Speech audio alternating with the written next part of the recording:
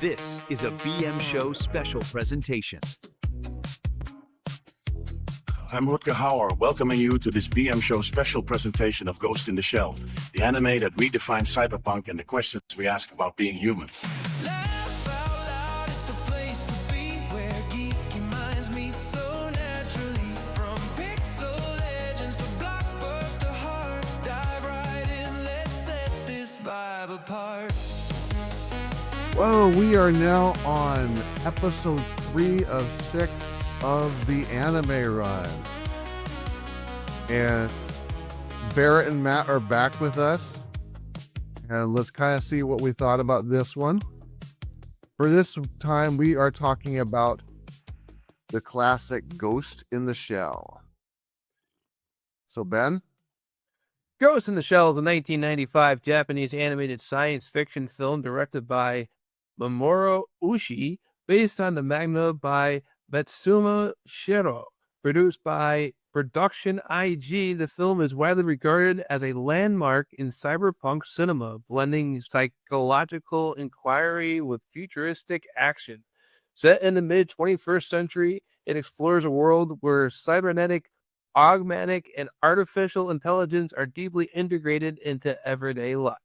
The story follows Major Motoko Kusanagi, a fully cybernetic government operative working for Public Security Section 9.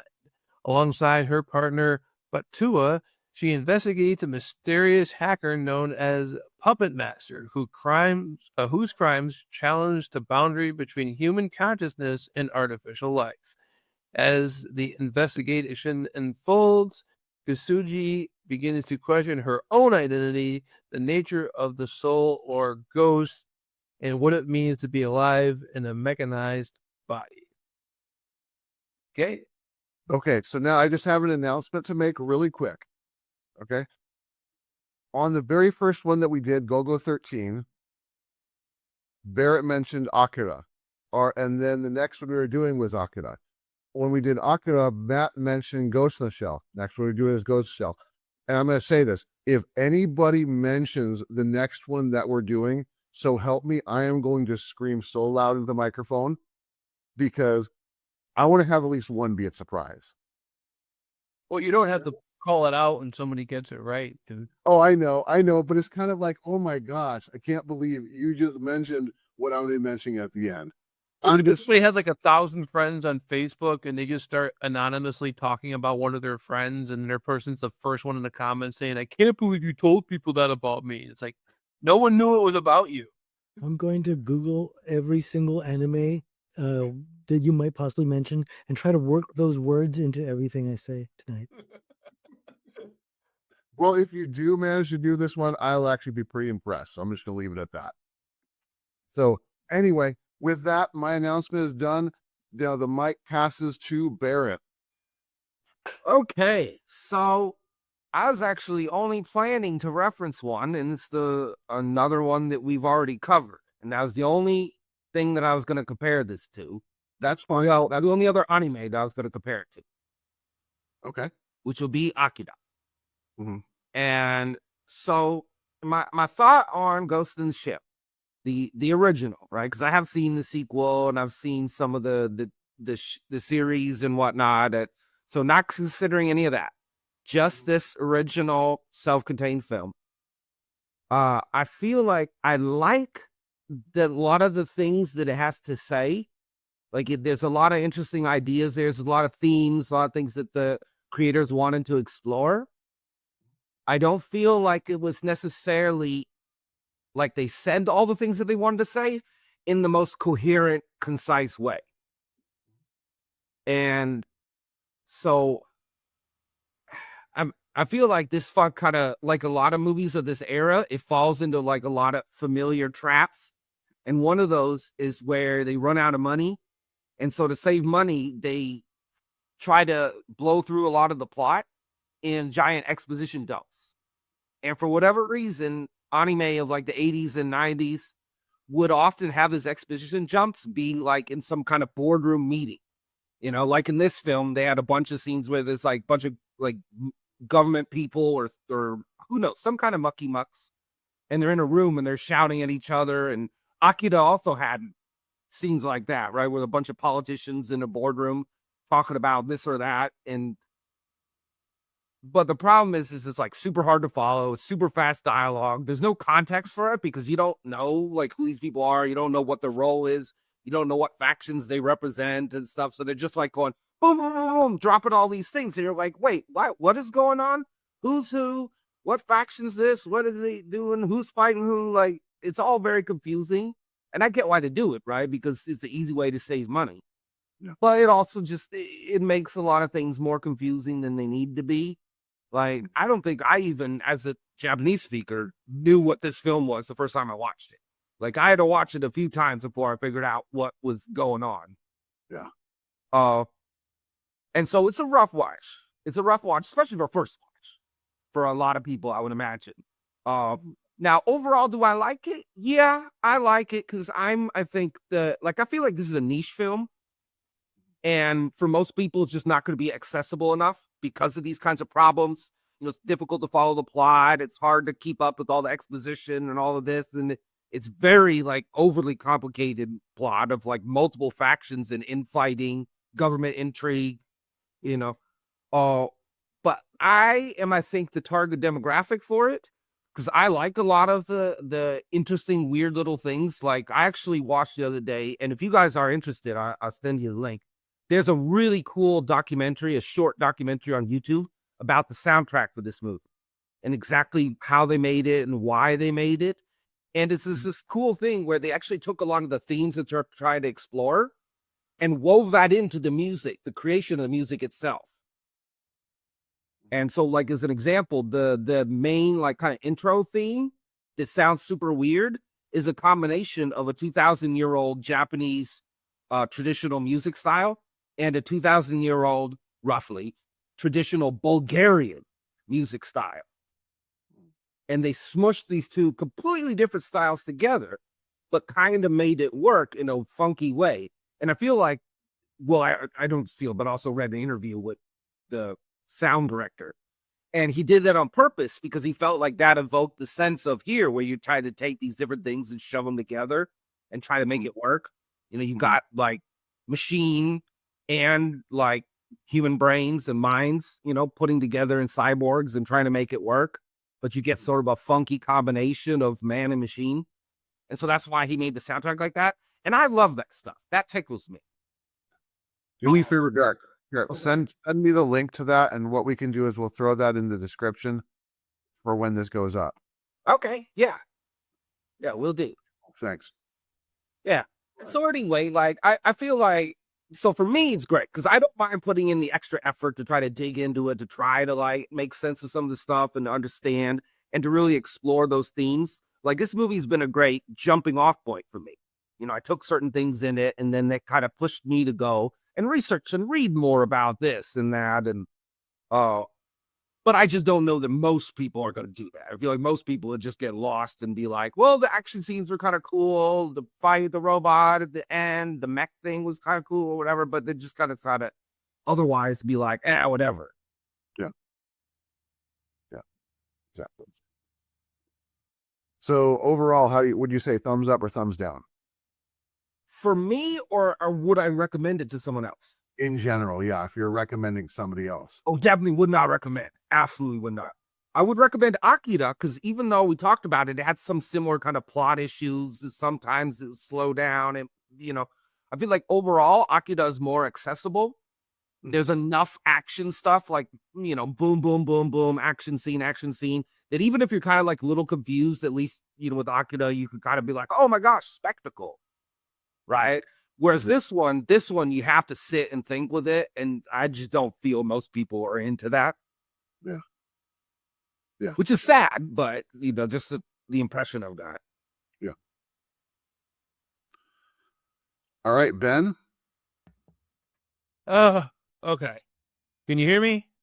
Yeah. I hear you. Okay. I had the microphone muted. Because I was actually editing up the episode that we recorded before this. And, well, yeah, okay. The voice acting is horrible. I felt like I was watching cutscenes on a Sega CD game the entire time. All they did was talk and talk and talk and talk. Cool action scene, talk and talk and talk. Oh, another cool action scene. Talk, talk, talk, talk, talk, talk, talk, talk. Another cool action scene. I didn't like it. I couldn't wait for the movie to end. I kept looking to see how much time was left.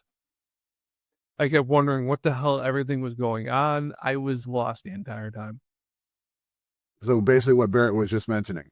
Yes. No, I listened to what you were saying, Baron. I completely agree with you. I'm just like re-emphasizing that this is like just not a good movie. Maybe if you're like already into this kind of stuff and like you've read the anime and you read the manga comics or whatever and you're into this, you'll probably enjoy it. But when everybody just all the acting was plastic, there's no chemistry whatsoever. This was just not yeah. Thumbs down. Okay. All right, Matt. Yeah. Okay. Okay. You can hear me? All right. Yeah. All right. So, I knew Ben would not like this because it feels a little bit like it's just a trip. Like when we were watching Otherworld and there was that one scene that was just a bunch of trippy stuff going on and like there's just a bunch of waste of time. When I was sort of like, oh, this is kind of cool. I'm digging it, and it's something that's so not you, Ben, that I thought, um, kind of like, was Mike doing this on purpose? It was so not a you movie. I loved this movie. Obviously, you would think because I'm like weird like that, but the couple of things that I love the most about it are the ideas and the way it executes it. But the ideas, the way the other thing is the way they in great what would be the word? They really put you in this world. Little tiny details, little tiny nuances where you're watching this scene, you kind of feel like you're in a full world with lots of different variety. And Immersed? yeah, immersed, whatever. Yeah. And I mean, there's so many different kinds of areas in the city, different kind of people, all messed up, and then the people that are just doing well, and then but there's so many little nuances in between. The capturing, that's not usually what I go for. I mean, I remember when I was younger, and I just capturing a vibe and and telling a story through just little background things wasn't the kind of thing that would be big on me, but this movie, wow, kind of thing to me. Um, like when you hear that crazy awesome music, it is so unique. And you look at the city and little tiny nuances, and you're like, okay, that's totally messed up and totally awesome at the same time, and you feel like you're there because it's just so beautiful. And I did also notice, Barrett, that yes, that one scene, I'm like, God, it looks like I'm watching Inspector Gadget all of a sudden. It's so low budget. But the rest of it is gorgeous, amazing. The artistry blows my mind. But the movie feels, interesting enough to really get me really sucked in. What the hell, And the the I did notice the wooden acting, kind of an idea.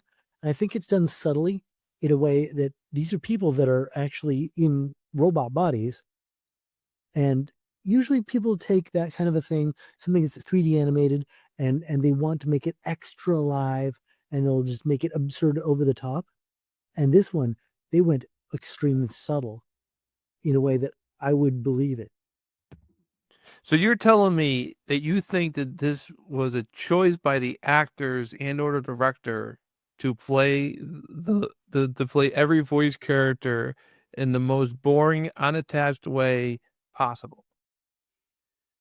There's some of that, but I think it was direction to do that. Like, you are a machine. Okay. I think there might have been some of that.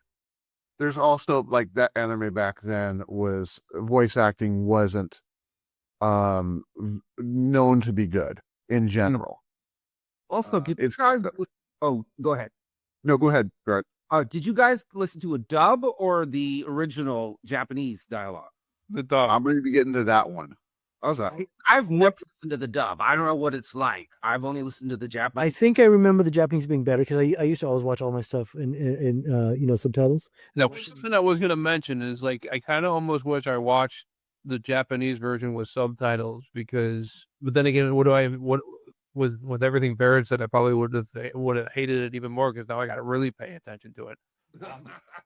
And it's because like all the dialogue really sounded like I was watching cutscenes of on a video game on an old like PlayStation or Sega CD or something, where they just hired people who were walking by the studio that morning to come in and do voiceover work. That's pretty traditional of old anime stuff because it wasn't as big as it is now. So they're not looking for high quality voice actors. In addition, they've actually through the years there's certain voice actors that pop up constantly now because they become both well known for doing this and do an actual good job when they're doing it. Is there anybody who's so bad that they're good? Dustin Diamond. Carrot Top. I don't know. Carrot Top. All right, sorry. Matt, My favorite line about Carrot Top ever is this one line from Norm Macdonald. He's on the Conan O'Brien show, and he's on there with Courtney Thorne-Smith, who literally I think this is like her trying to be a movie star, so she's trying to be a movie star. So she does a movie with Carrot Top called Chairman of the Board. And Norm Macdonald he was like, Carrot Top, like, you did a movie with Carrot Top? You know what that's called? Box office poison. Mm. Man, this is the best. Yeah. All right. You have more to add? Oh, just a couple of quick things. Sure. This thing obviously inspired a lot of stuff. I could see a whole lot of Matrix inspiration through that. Other stuff I can't remember off the top of my head, but I'd be like, yeah, that's a lot of inspiration there.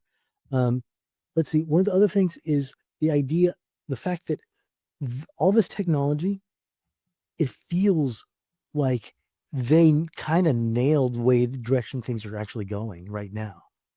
Which is, you never see that in sci-fi that old, almost never. Do you see stuff where like, yeah, I could see that happening, right now, pretty soon. That's Okay, so what was that? That's it. Go ahead. Okay. All right. So first off, I want to mention that what I've been doing is I've been watching both the English and I've been watching the dubbed. I'm sorry, the subtitled version for each of these. I watched the English version just to decide what we should do, and then before we do the episode, like a week or two before, I'll watch the subtitle version so that I kind of get both of them because I know Barrett, if he's going to watch them, he's not going to watch the English dub. Ben's going to watch the English dub. And I'm going to say that I've never watched the subtitled version of this. I've always watched the English dub up until we did this. And surprisingly, probably to Barrett, the subtitle version is way easier to follow what's going on, which, I mean, it's not something that's easy to follow in general, but it's so much easier to understand than it is just listening to the English dub. The English dubbed is kind of a mess. Now, I wasn't trolling Ben with this movie or anything. This is actually a huge anime movie. I think it's a huge anime movie because not so much of the story, but because, oh my gosh, it looks cool. This action is really cool. And I think this movie does a really good job of that, where you can sometimes like not follow the story or lose the story and then get sucked into this action, the shootouts. It's awesome. Wow. The scene where the guy's out on the lake and she's in optic camouflage and then all of a sudden it starts flinging up and so forth. That's so cool. And I think that's what I think a lot of people pick up on, especially the first watch of this. But I think as you watch it more and more, you can start understanding the story a lot better. And it's probably one of those that you need to watch and kind of just soak in a little bit of it and then go back to the beginning and pieces will start falling more into place with it. So it's not really just a one and done type of one. Now I have watched the other movies as well, and the Standalone Complex, Second Gig, all that stuff, and they kind of have a different feel, a less rough feel to them, a little bit more straightforward, but there's still a very complicated issues going on, because this they want to bring on a lot of like government involvement across different divisions, and that's why it gets kind of confusing with this whole Section 6 and Section 9 and what's going on with the Puppet Master. So definitely, if you like the action, I would say watch it again because you'll start understanding more of the story.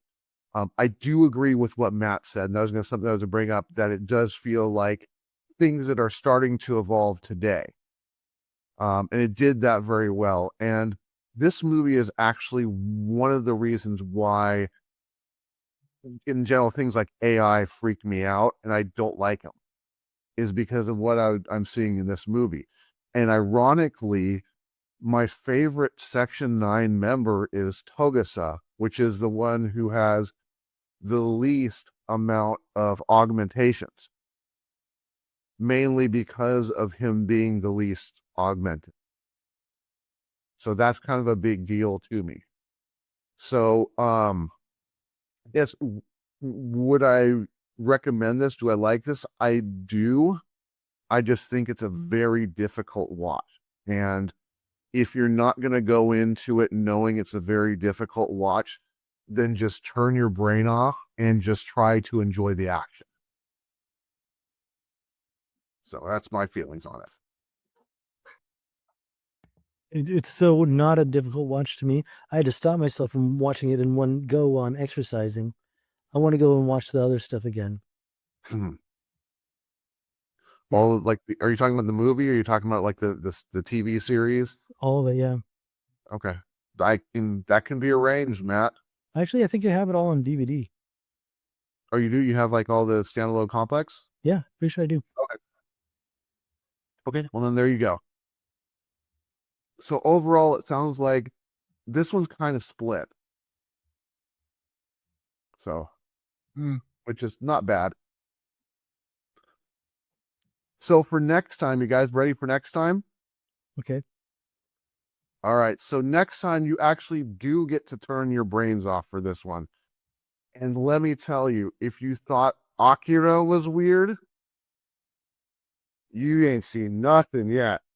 Now, this next one is not technically a movie. It's a 2-part video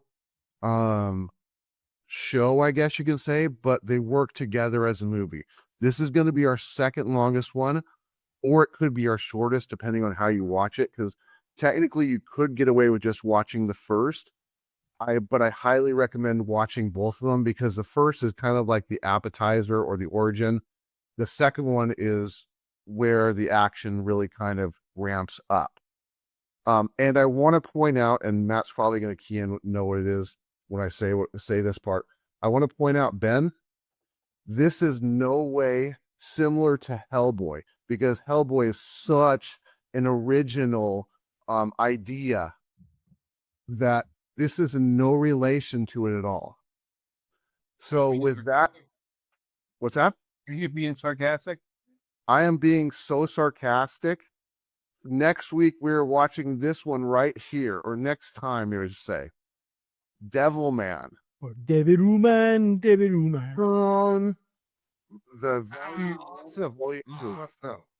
Now, the bad news, though, for those that are going to be watching, what I've made available, I only have this in an English dub. So sorry about that one. It's all right. I've seen it before. Yeah. Get ready. Ben, if you thought Akira is crazy, get ready for this one. This one's going to go over the top. Devilman. Does whatever a Devilman can. No.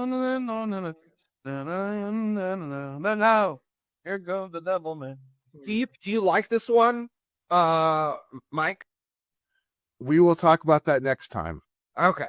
Well, I just say because a lot you guys know I'm not that into. I think I've mentioned it in one past episodes that I'm not that into a lot of like modern stuff, Mhm. like largely because of the art style and whatnot that the anime industry's gone to. But I did watch the new version, the Devilman Crybaby. Uh-huh. I don't know why it's called that. It's a little weird of a title, but then again, I guess so is Devilman. But I thought it was really good. I thought it actually fixed a lot of issues from the original, but that's all I'll say. Okay. Well, let's talk about that next time. So, because I'm curious, because I kind of avoided that. So, maybe I won't. I've kind of gotten over watching new stuff, but maybe this one I'll check out. So anyway, I think that's pretty much it for this one. Anyone have? Oh wait, Ben, you get to choose who gets the last word. Who did the last word last time? I'll give it to Barrett. Let's give it the last word to Barrett. All right, Barry, go ahead.